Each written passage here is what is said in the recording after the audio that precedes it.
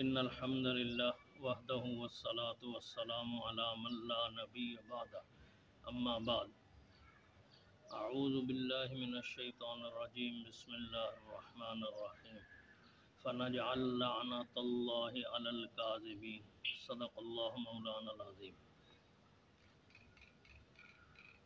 محترم دوستوں اور بزرگوں،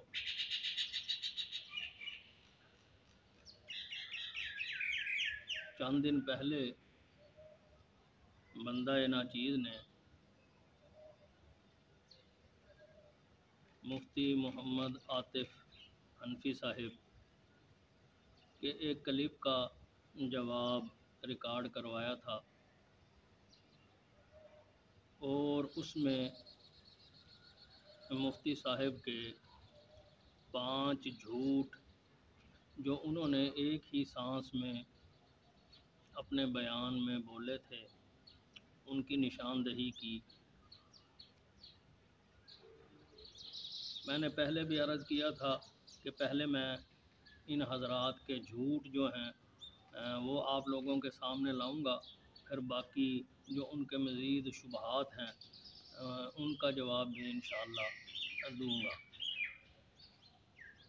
مفتی صاحب نے علامہ بندیالوی صاحب کی طرف منسوب کرتے ہوئے اور مولانا الیاس گھمن صاحب نے انہوں نے بھی اپنی اس ویڈیو میں جو میدان بدر میں انہوں نے ریکارڈ کروائی، تو انہوں نے یہ کہا تھا کہ بندیالوی صاحب نے الان یسمعون کو بطور دلیل کے پیش کر کے کہا ہے کہ یہ جو 3 قیدیں ہیں ان کی وجہ سے یہ کفار کا سننا جو ہے یہ معجزہ ہے۔ اور پھر جب ہم نے اور پھر گھمن صاحب نے اپنے اس بیان میں اس کا معجزہ ہونا جو تھا اس کا سرے سے انکار کیا ہے۔ اس کا میں ان کا کلپ ابھی لگا دوں گا تو آپ وہ سن بھی لیں گے۔ عطا اللہ بندیالوی نے رد کرتے ہوئے کہا کہ یہ نبی پاک صلی اللہ علیہ وسلم کا معجزہ ہے، اور معجزہ ہونے پر دلیل یہ ہے، نمبر 1 آپ نے فرمایا الان ابھی، نمبر 2 آپ نے فرمایا کہ یہ سن رہے ہیں، نمبر 3 آپ نے فرمایا ما اقولو جو میں کہتا ہوں۔ اس کا مطلب یہ کہ عام اموات نہیں، آج سنتے ہیں، حضور کی بات سنتے ہیں اور یہی مردے سن رہے ہیں۔ اب بتاؤ اس کا کیا تعلق ہے معجزہ کے ساتھ؟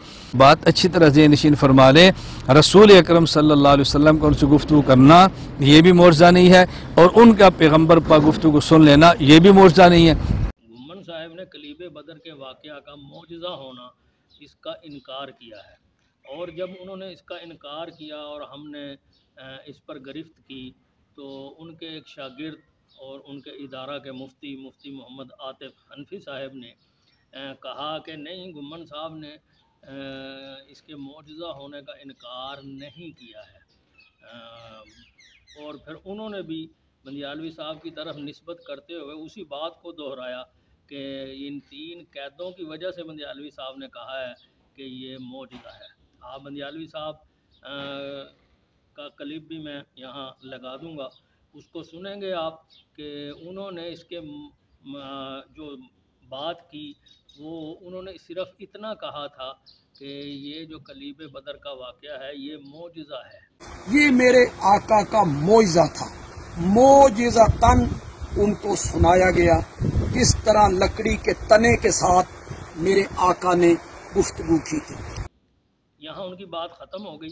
اس کے بعد انہوں نے اگلی بات جو شروع کی تو اس میں الان یسمعون والی بات انہوں نے کی، اور آخر میں اس کو تفصیلی بیان بھی کیا۔ میرے آقا نے 3 قیدیں لگائی ہیں، علماء کرام اس پر تھوڑی سی توجہ فرما لیں۔ 3 قیدیں میرے آقا نے لگائی ہیں۔ پہلی قید لگائی الان، اب، اس کا مطلب ہے ہر وقت نہیں، صرف اب۔ اور دوسری بات آپ نے کہی صرف یہ مرنے والے، یعنی ہر مرنے والا نہیں۔ اور تیسری قید آپ نے لگائی ما اقول لہم، وہ بات جو میں کہہ رہا ہوں، ہر ایک کی بات نہیں۔ یہ آپ کی 3 قیدیں لگانا اس بات کی دلیل ہے کہ جو مرنے والے لوگ ہیں وہ دنیا والوں کا کلام، سلام، پیغام